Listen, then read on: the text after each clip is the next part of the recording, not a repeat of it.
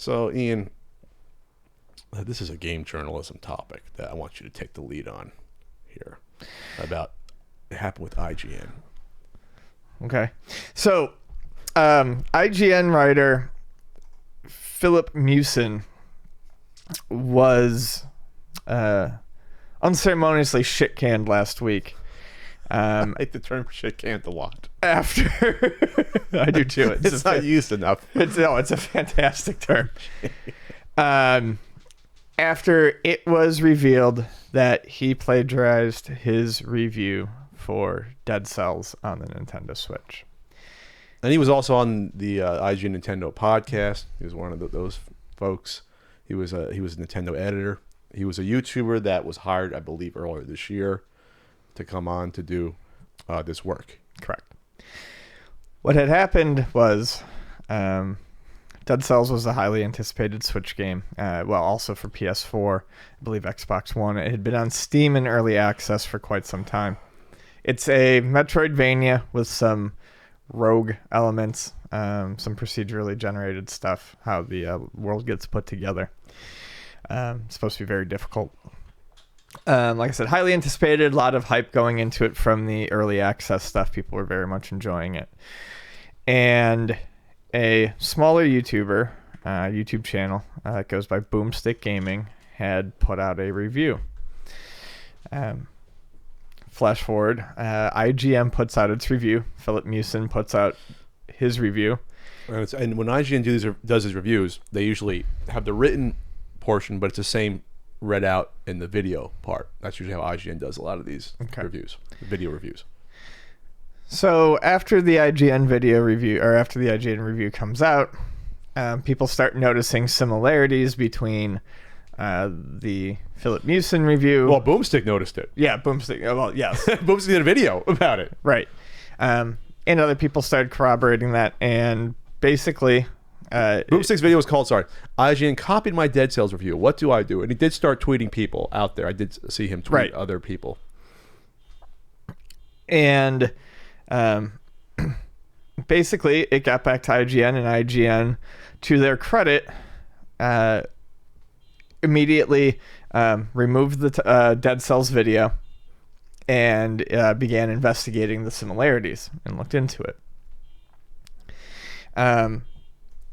Later that night, they let go of Filip Miucin and in a statement said that they were going to re-review Dead Cells and said, "We apologize to our readers, developer Motion Twin, and most especially the YouTuber known under Boomstick Gaming for failing to uphold these standards."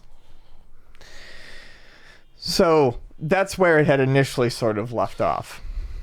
Yeah, so obviously plagiarism is a serious issue. It's a huge issue. It's theft. It's mind theft in a way, if you want to call it that. Yes. It's cheating, but it's worse, especially when you have someone who's now salaried at IGN taking the hard work of a smaller, very small in comparison to other channels, a small YouTuber that's working hard and doing the work, and you have someone then just lift it. And it's, for those who don't know, plagiarism is just using the same exact sentences. If you take the structure and it's the same exact structure as someone else's review, that's plagiarism. Right. If you switch around words and change the paraphrasing, that's still plagiarism. Right. Because you're taking still someone's work and you're just putting your own little pastiche on it, if you will. That's not enough. It's not your own work. It's not original. So before everyone says it's not plagiarism, which I almost saw a couple of weirdos say that. It's like this is 99% saying this guy plagiarized. Oh, yes. And it turned out this wasn't the only one they found, but I'll get into that. Yep. Because good old Filip Miucin, I'm not going to try to disparage him personally, but you take a look at him like, okay, yeah, I see it. So he does a response video. This is someone who was hired as for his journalism, hopefully chops. They take a chance on a YouTuber, which is another issue I'll get into. He does this work, and then he puts out a response video like a YouTuber. He doesn't respond as a journalist or a game reviewer. He responds as his YouTuber persona, facing the camera. He does, and Filip took down this response video about 24 hours after it went up because it was terrible, and I'll get into why it was terrible. And being that he also did take down he did takedowns on YouTube of people who re-uploaded it. I have to go from memory about what's in there. So I apologize if I miscategorized this, but there's 3 things I told Ian a few days ago after I saw that were bad. So he does a response video, and he's talking to the camera. He's got, I guess, which is now the trademark of YouTubers. You have the soundproofing foam behind you, which I thought about doing, but actually because I need to soundproof this room at some point, it's a slight echo. But he goes, he sighs like, oh, this is going to be tough for me to say. And he does about a 5-minute, you want to say it's an apology. He never apologized to Boomstick Gaming. He said, Boomstick Gaming, you're cool. I like what you do. Never apologizes. Never owned up to the plagiarism. Never actually said, I plagiarized. Right. He says, I take full responsibility, but never he says what he takes full responsibility for doing. He then proceeds in this video to throw Jason Schreier of Kotaku under the bus, the guy who reported on this, saying that Jason was doing it for clickbait. This is a big story. This is one of the bigger stories you'll see in the past couple years when it comes to gaming websites and journalism. Having someone who's not just a writer, but like an editor on IGN plagiarize blatantly. Like, this is big news. This is not something that, why are they reporting on this? This is something that you should be reporting on. And I feel bad for IGN, and I'll get into why again.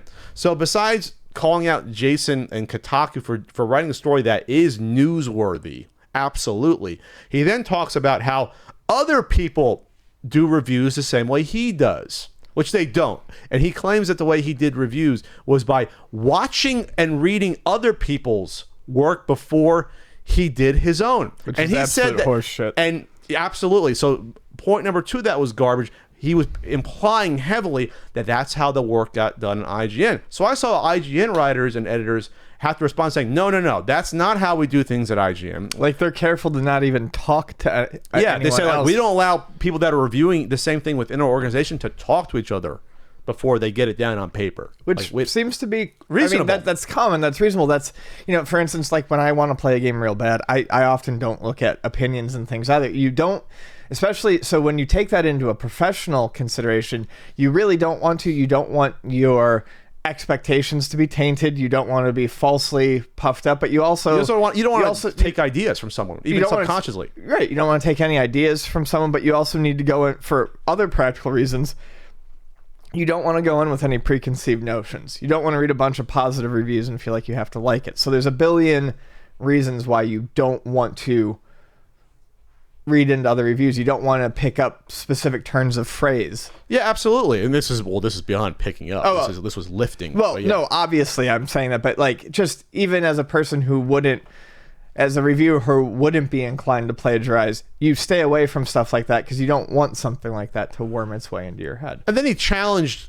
Then he got antagonistic a little bit because he challenged them to find more stuff. Because Jason Schreier at Kotaku noted that there were someone had let them know that there were similarities between with FIFA. A FIFA 18 review from Nintendo Life, is what it was. So then they went out and they found out. He said, he said, you can keep looking, Kotaku, and please let me know if you find anything. So then they found Metroid Return of Samus. So that was another one they found on top of the FIFA? Yeah, Metroid Return of Samus had similarities. And where was that one posted? Metroid Samus Returns. Here we go.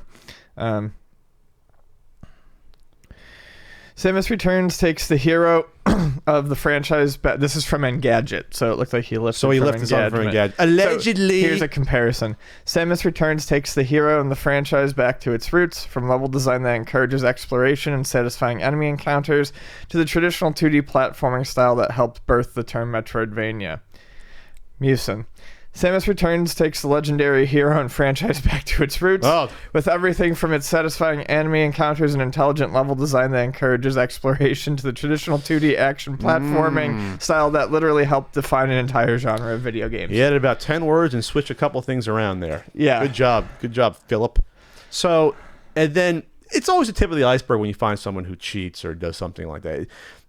For every... Yeah, well, there's like 4 side-by-side bits for that one that are... And then I heard there's another one that came up, because now they're really digging in, because you don't want the internet to go after you when you get lied to. Like, I didn't do anything. It's how everyone else does it. No, this isn't how everyone else does it. Other writers have integrity. So So this guy is a blatant plagiarist, obviously, and no one's really defending him. All of us can come together on Twitter. And it wasn't just that he didn't apologize, he didn't own up to it. He puts out this bad, career-ending just about non-apology video. Oh yeah, he says the bottom line is that what happened with the Dead Cells review was not at all intentional. Uh-huh.